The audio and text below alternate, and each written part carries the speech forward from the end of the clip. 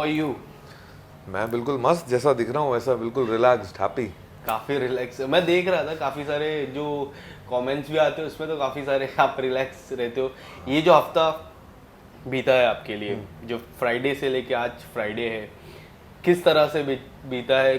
काफ़ी सारे इंटरव्यूज आपने दिए रहेंगे, क्या कुछ अब तक सरप्राइजिंग सवाल क्या क्या लगे अब तक आपको? सरप्राइजिंग सवाल फ्रैंकली मैंने कुछ देखा नहीं था बाहर। हाँ, मुझे मेरे दोस्तों ने एडवाइस दी कि आप प्लीज़ कुछ देख लें आपके बारे में जो कुछ कहा गया है। मैंने प्लीज़ यार मेरे को कुछ नहीं देखना, कोई मुझसे कुछ पूछेगा तो मैं जवाब दे दूंगा। हाँ। मुझे पहले से वो देख के और मेरे दिमाग की दही नहीं करनी। हाँ, जिसने जो बोला होगा तो जिसको जो पूछना होगा पूछेगा। तो सरप्राइजिंग सवाल पलक को लेके आए। मुझसे पूछा गया कि भाई उन्होंने अपने डैड के हार्ट अटैक का जिम्मा मेरे पे डाला है, जो कि बहुत ही सरप्राइजिंग तो छोड़ो शॉकिंग था मेरे लिए। वो क्यों कहा, कैसे कहा, वो वजह वही जाने, मुझे जानना भी नहीं है। तो वो एक सरप्राइजिंग एलिमेंट था। दूसरा शफक का लेके सरप्राइजिंग एलिमेंट था। वो ये चीज़ें 11 साल पुरानी कहाँ से वापस आ रही है, आई क्यों रही है, वो ही समझ में आया। तो ये सारे नेगेटिव सरप्राइजेस थे। पॉजिटिव सरप्राइजेस भी थे कि जो कि मेरे बिग बॉस के जर्नी को लेके थे, क्योंकि उनका कहीं ना कहीं एक्सपेक्टेशन थी कि वो मुझे फिनाले में देखना चाहते थे और मैं घर से बाहर कैसे आ गया। राइट। तो मुझे भी ये तो था, क्योंकि मेरी गेम एंड में 2 हफ्ते में बहुत स्ट्रांग हो गई थी और मुझे लग रहा था कि मैं टॉप 5 में तो जाऊंगा। एंड में ही स्ट्रांग हुई कि स्टार्टिंग से आपको लगती थी स्ट्रांग? मुझे जब वो जनता जनता कहा गया, जिसको मैंने पॉजिटिवली लिया और जिससे मुझे इम्प्रूव करना था कहीं ना कहीं अपने गेम में, मुझे अपनी पर्सनालिटी को फास्ट करना था। राइट। तो वो मैंने फास्ट किया, तो उसके जब रिजल्ट्स आए तो मुझे लग रहा था कि हाँ मैंने वो कर लिया जो वो मुझसे करवाना चाह रहे थे। तो मेरी गेम कह सकते हैं कि 3rd वीक के एंड से एक अलग लेवल उसने पकड़ लिया था ऊपर जाना। स्पेशली जब से मैंने एल्विश के अगेंस्ट जाना शुरू किया था उसकी कैप्टनसी टास्क में, जब मैं अकेला खड़ा था पूरे घर के अगेंस्ट, तो वो मेरे में गट्स आ गए थे कि अब तो भाड़ में जाओ। राइट। अविनाश, जिस तरह सरप्राइज एलिमेंट की बात करूँ, सबसे बड़ा सरप्राइज मुझे भी यही लगता है जो फलक और आपके बारे में जो बातें थी। आप अगर कुछ बताना चाहोगे अबाउट दो 11 साल पहले हम जब जाते हैं एक ही शो में काम करना, इट्स वेरी कॉमन थिंग। जो सोशल मीडिया है वो कितना इंपॉर्टेंट रोल प्ले करता है, क्योंकि आज के टाइम पे सोशल मीडिया हो गया और सबसे बड़ी बात जो रील्स हो गई, छोटे छोटे क्लिप्स जो पहले के जो क्लिप्स रहते हैं उसको अब ऐड करके और उसमें एक स्टोरी 30-40 सेकेंड्स की जो स्टोरी बनती है। सबसे पहले फलक की जो ये सब बातें आई थी उस फलक की फलक शफक की, हाँ करेक्ट, शफक की जो बातें आई थी, इस पे किस तरह रिएक्ट करने वाले हो? क्या रिएक्ट करूँ मैं, वो पता नहीं क्यों आई, कहाँ से आई, उसकी क्या डेप्थ है कुछ पता नहीं है। जो मेरा था, मैंने आपको पहले ही कहा है कि हम लोग दोनों एक शो में थे, बहुत अच्छे से वो शो शूट हुआ, हमारे टेलीफिल्म को सबसे ज़्यादा रेटिंग्स मिली, एक रोमांटिक टेलीफिल्म थी, हमने बहुत अच्छे से शूट किया बॉम्बे में भी और महाबलेश्वर में भी। और वो पूरी टीम कहीं ना कहीं 20-22 दिन के लिए एक साथ रह रही थी, हम सब एक दूसरे से बहुत क्लोज हो गए थे, and that's all about it. Right. और उसके बाद मेरा शफक से कभी टच भी नहीं रहा, मतलब कोई हाई हेलो भी नहीं हुआ। हम लोग, मुझे याद है एक स्टार परिवार अवार्ड्स के आफ्टर पार्टी में भी मिले थे, but we didn't speak much. Right. और इसके बाद आपकी पलक से बात हुई, इसके बाद कुछ बातें हुई आपकी घर के बाहर आने के बाद, आपने कांटेक्ट करने की कोशिश की या फिर कुछ ऐसा पलक से? हाँ, पलक से क्यों करूंगा मैं कांटेक्ट? बातचीत हुई? क्योंकि मैंने रिसेंटली एक देखा था कमेंट के, उनको ऐसा था कि आप उनके बारे में बातें करते, तो कुछ तो ऐसी बातें रह गई है या फिर कुछ ऐसी। पलक की मैं बात कर रहा हूँ, पलक पुरस्वानी की बात कर रहा हूँ मैं, पूरा नाम लेके बात कर रहा हूँ। हाँ, बेटर है। I won't make you confuse. नहीं, मैं कंफ्यूज नहीं हो रहा, मुझे ऐसा लग रहा है सवाल से कुछ कंफ्यूजन है। नहीं, पलक पुरस्वानी की नहीं, मैं फोन ही क्यों करूंगा भाई पलक पुरस्वानी को, मेरे लिए वही इंपॉर्टेंट नहीं है, it's irrelevant, the topic is irrelevant. Okay, and what about फलक? फलक से बिल्कुल मेरी फलक बात से किस तरह बातचीत हुई? क्योंकि एक अधूरी चीज अंदर रह गई थी, हमने देखी थी। नहीं, अधूरी नहीं बोलूंगा मैं उसे, वहीं से मिली थी मुझे, बिग बॉस के घर से ही मिली थी, वो फीलिंग वहीं की थी, वो रिश्ता वहीं से शुरू हुआ था। और और कहीं ना कहीं मुझे अच्छा लगा कि मैंने उस घर के अंदर ही उसे बोल दिया था कि मुझे तुम अच्छी लगती हो। Yes. तो उसके बाद मेरी डेफिनेटली उससे बात होती ही रहती है, डे टू डे बेसिस में हम लोग चैट वैट करते ही रहते हैं। How you are looking forward, क्योंकि जो घर के अंदर हुआ था, मैंने पहले भी इंटरव्यू में काफ़ी बार आपको कहा था कि मैच्योर लेवल काफ़ी अच्छा दिखा आपका और फलक का। आप अभी ये जो रिलेशन है उसको किस तरह, how you are looking forward for this relation, friendship, then there are so many things.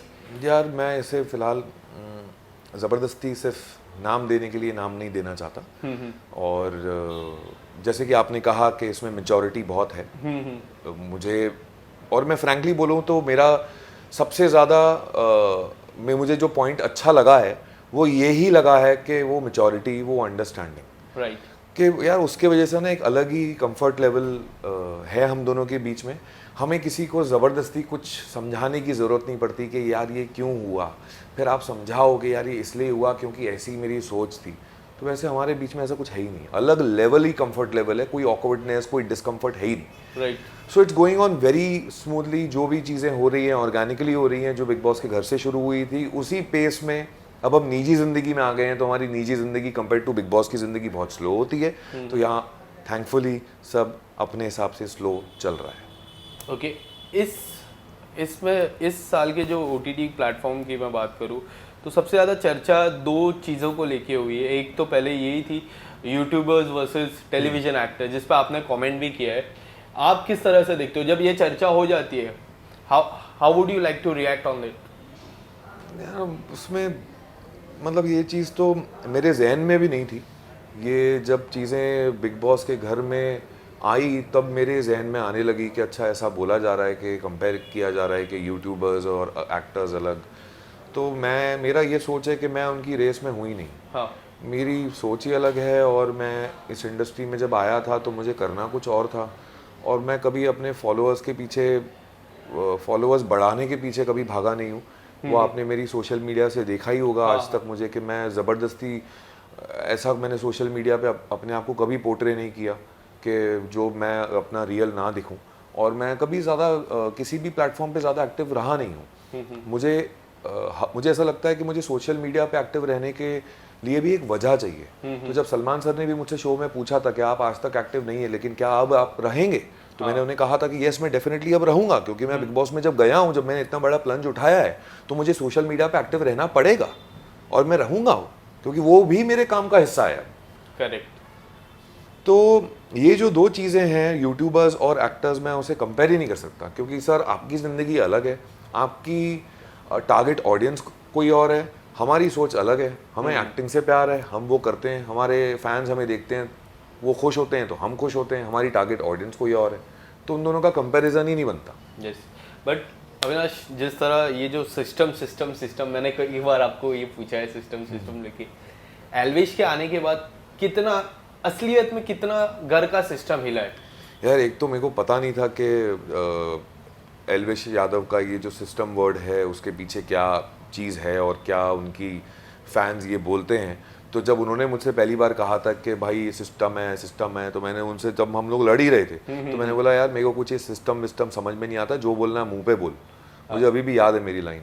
तो मुझे एक्चुअली नहीं पता था, क्योंकि मैं कभी ज़्यादा यूट्यूब पे वीडियोस देखता नहीं हूँ, ना ही मैं रील्स देखता रहता हूँ सारा टाइम, नो डाउट। जबकि मेरा भी यूट्यूब पे एक छोटा सा चैनल है जो सिर्फ ट्रैवल बेस्ड है। जब मैं घूमने जाता हूँ तो मुझे ऐसा अच्छा लगता है कि मैं कुछ वीडियो शूट करूँ, खुद ही एडिट करता हूँ, और अपने फैंस को दिखाने के लिए कि मैं यहाँ घूमने गया था, ताकि उनको मैं दिखता रहूँ कि मेरी निजी ज़िंदगी में मुझे क्या पसंद है, इसलिए मैं वो पोस्ट करता था। तो एल्विश के आने से डेफिनेटली वो एक वाइल्ड कार्ड एंट्री था, और एक वाइल्ड कार्ड को क्या करना चाहिए, उसमें वाइल्डनेस होनी चाहिए, वो उसने की है। तो बिल्कुल अपनी जगह पे वो खरा उतरा है, क्योंकि उसके आने के बाद घर के अंदर जो माहौल हुआ, भले वो मेरे साथ हुआ हो या फलक के साथ हुआ हो या जिया के साथ हुआ हो, क्योंकि स्टार्टिंग में तो उसके ये 3 टारगेट दिख रहे थे मुझे, मैं तो पहला टारगेट था। तो कहीं ना कहीं मैं ये कहना चाहूँगा कि वो अपने जगह पे बिल्कुल खरा उतरा है, और यू नेवर नो, इस बार वाइल्ड कार्ड ही जीत जाए। ओके, ऐसा कोई थंब रूल नहीं है कि वाइल्ड कार्ड नहीं जीत सकता, क्योंकि यूट्यूब ये इसके बिग बॉस के इतिहास में आज तक ऐसा नहीं हुआ है। क्या लगता है इतिहास पलटेगा, सिस्टम जीतेगा? भाई कभी कभी हो जाता है ऐसी चीज़ें उल्टी, और ये सीजन मुझे ऐसा लग रहा है जिस हिसाब से एल्विश जा रहा है और उसकी एक समझदारी का साइड भी मैंने देखा है कि वो इंसान बहुत ही समझदार इंसान है और बहुत ही ग्राउंडेड है वो ना उसमें वो गुरूर नहीं है कि मेरे इतने फॉलोअर्स और मेरा वो और मेरा चैनल और मैं तो ये, उसका गुस्सा आता है पर वो 2 घंटे में ठंडा भी हो जाता है और वो आके सॉरी भी बोल देता है। तो वो बहुत ही अच्छा इंसान, मुझे समझदार इंसान दिखता है, तो इस चीज़ की मुझे रिस्पेक्ट है। बट अभी जो कंपटीशन जो है अभिषेक मलान और एल्विश के बीच में, ये जो कंपटीशन है काफ़ी हाई है। बाकी जो 3 खिलाड़ी है वो अलग है, बट ये जो मेन कंपटीशन है टॉप 2 के रेस में, ये परफेक्ट कैंडिडेट ऑडियंस को लगती है। आप अगर ये जो कंपटीशन और perfect candidate for the top 2 आपको लगते हैं, क्योंकि आपने पूजा मैम का नाम लिया था लास्ट इंटरव्यू। यस, मेरे लिए टॉप 2 तो पूजा भट्ट और एल्विश हैं, बट अगर ये सिर्फ वोटिंग के हिसाब से सोचूं और मिलियन फॉलोअर्स के हिसाब से सोचूं तो फिर तो वो अभिषेक मल्हान और एल्विश ही रहेंगे। बट ऐसा नहीं होना चाहिए। कहीं ना कहीं जनता जो देख रही है, जनता को उस हिसाब से भी कहीं ना कहीं वोटिंग हो रही होगी, क्योंकि पूजा जी के भी तो फॉलोअर्स बड़े होंगे ना अंदर जाने के बाद। पूजा जी भी इतने टाइम के बाद दिखी हैं टीवी पे, राइट। पर पूजा जी के फॉलोअर्स उन्हें कितना सपोर्ट कर रहे हैं वो हमें दिख नहीं रहा है। और पूजा जी फिनाले में भी पहुंच गई हैं, तो कहीं ना कहीं उनके फॉलोअर्स भी उन्हें सपोर्ट कर रहे हैं, जैसे मैं उनका फॉलोअर हूँ, अब मैं उन्हें सपोर्ट कर रहा हूँ। राइट। तो देखते हैं यार जो होगा, we have to accept it, क्योंकि जनता असली बॉस है and we have to respect it. Yes. अब एविक्शन हुआ जिया का, ये एविक्शन के बारे में कितना डिजर्विंग था, कितना फेयर था आपके हिसाब से? क्या वो टॉप 5 के रेस में काबिल नहीं लगती आपको, क्या लगती है? यार काबिल तो मुझे लगती है। जैसे कि मुझसे जब सलमान सर ने पूछा था अविनाश क्या लगता है कौन एलिमिनेट होगा, तो मैंने मनीषा, क्योंकि मैं उसकी सिर्फ गेम देख रहा था।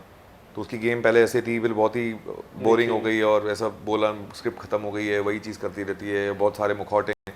तो मुझे लगा मनीषा को एक एलिमिनेट होना चाहिए, क्योंकि जनता भी देख रही है, जनता भी समझेगी। बट बात अगेन जब फॉलोअर्स पे आ जाती है तो फिर ये चीज़ें वैसी दिखती नहीं है। जिया भी डिजर्व करती थी कहीं ना कहीं टॉप 5 में रहना, बट बात अगर फॉलोअर्स पे आ जाती है तो जिया भी बाहर आ गई। तो अब कहीं ना कहीं जनता असली बॉस है, आपको उस चीज़ की इज्जत करनी चाहिए एंड बिल्कुल हम वही कर रहे हैं। आपको क्या लगता है वो जो टॉप 5 जो है, मैं बता देता हूँ फिर से, एल्विश, अभिषेक, बेबिका, मनीषा एंड पूजा मैम, ये जो 5 में है, कौन ऐसा लगता है कि इसके बदले मैं होना चाहिए था टॉप 5 में?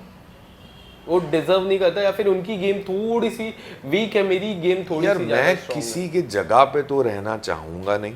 फिर भी एक अगर नहीं, if you want to pick नहीं, मैं किसी की जगह पे तो रहना नहीं चाहूंगा। मेरी जगह मेरी ही है, तो मुझे किसी की जगह नहीं चाहिए।